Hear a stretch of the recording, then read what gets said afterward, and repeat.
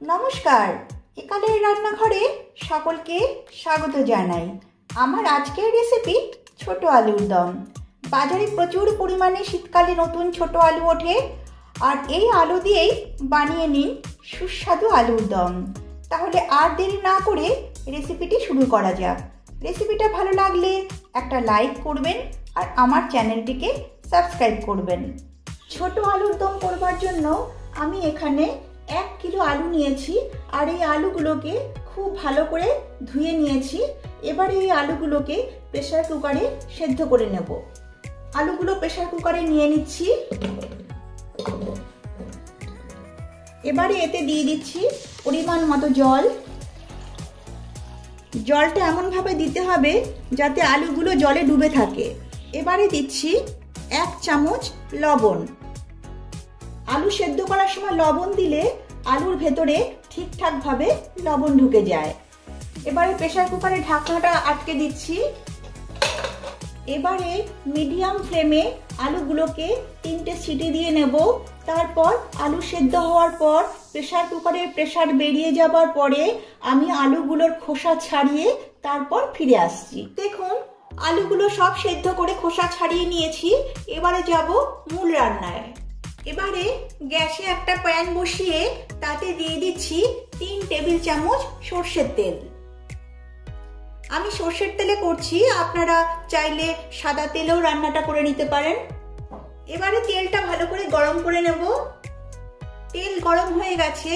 এবার তেলে ফোড়ন দেব একটা তেজপাতা, 4টে এলাচ, 4টে লবঙ্গ আর 2টো দারচিনি স্টিক। এবারে এই মশলাগুলো একটু ভেজে নেব। ফোড়ন থেকে যখন সুন্দর গন্ধ বেরোতে শুরু করবে তখন এতে দিয়ে দিতে হবে কুচনো পেঁয়াজ। আমি এখানে 2টো মাঝারি সাইজের পেঁয়াজ কুচিয়ে নিয়েছি। এবারে এই কুচনো পেঁয়াজগুলো দিয়ে দিচ্ছি। আপনারা কুচনো পেঁয়াজের পরিবর্তে পেঁয়াজ বাটাও ব্যবহার করতে পারেন। এবার তেলে পেঁয়াজগুলো ভেজে নেব। পেঁয়াজগুলো তাড়াতাড়ি নরম হওয়ার জন্য সামান্য লবণ দিয়ে দিচ্ছি। পেঁয়াজ কিছুক্ষণ ভেজে নিয়েছি। এবারে এতে দিয়ে দিচ্ছি 1 চামচ আদা বাটা, দিচ্ছি 1 চামচ রসুন বাটা, দিচ্ছি 1 চামচ কাঁচা লঙ্কা বাটা। ঝালটা অবশ্যই আপনারা আপনাদের পছন্দ মতো দেবেন, যে যেমন ঝাল খাবেন। এবারে এগুলো তেলে ভেজে নেব।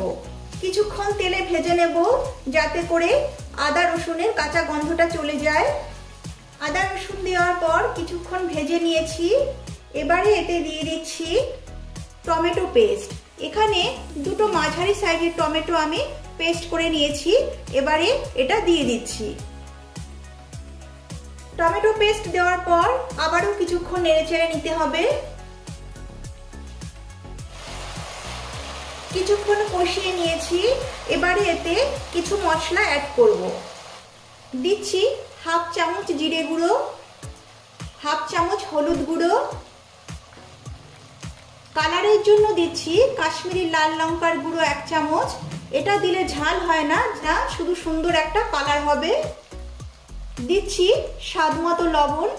লবণটা বুঝে দেবেন, কারণ আমরা আলু সেদ্ধ করার সময়ও লবণ দিয়েছি। এবারে লো টু মিডিয়াম ফ্লেমে এই মশলাগুলো সব ভালো করে কষিয়ে নিতে হবে। 3-4 মিনিট লো টু মিডিয়াম ফ্লেমে মশলাগুলো ভালো করে কষিয়ে নিয়েছি। দেখুন, মশলা থেকে তেল ছেড়ে গেছে। এবারে আমি এতে দিচ্ছি সেদ্ধ করে রাখা আলু। আলুগুলো দেওয়ার পর মশলাগুলোর সঙ্গে ভালো করে মিশিয়ে নিতে হবে।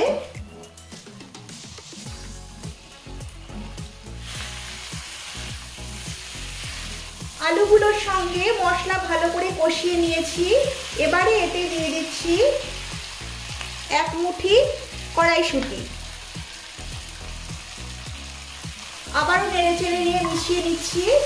সব কিছু নেড়েচেড়ে খুব ভালোভাবে কষিয়ে নিয়েছি। এবারে এতে আমি জল অ্যাড করছি। আমি এখানে 1.5 কাপ মতো জল অ্যাড করছি। আপনারা যে যেমন গ্রেভি রাখতে চান সেটা বুঝে জল অ্যাড করবেন।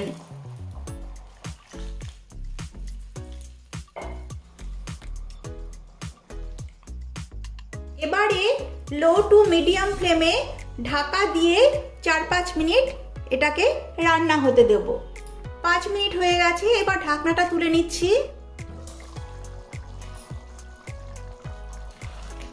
এবারে একটু নেড়ে চেড়ে দিচ্ছি। এখন দিয়ে দিচ্ছি 4টে কাঁচা লঙ্কা, দিচ্ছি 1/4 চামচ গরম মশলা পাউডার, দিচ্ছি 1/2 চামচ চিনি। এবারে এগুলো সব নেড়ে চেড়ে মিশিয়ে নিচ্ছি।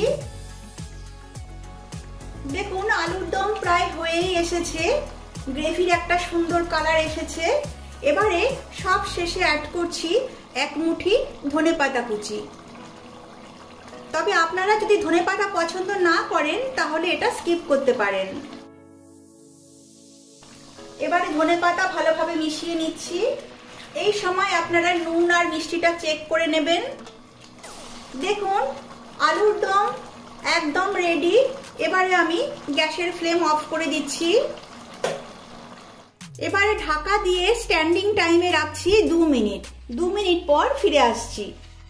তৈরি হয়ে গেছে ছোট আলুর দম।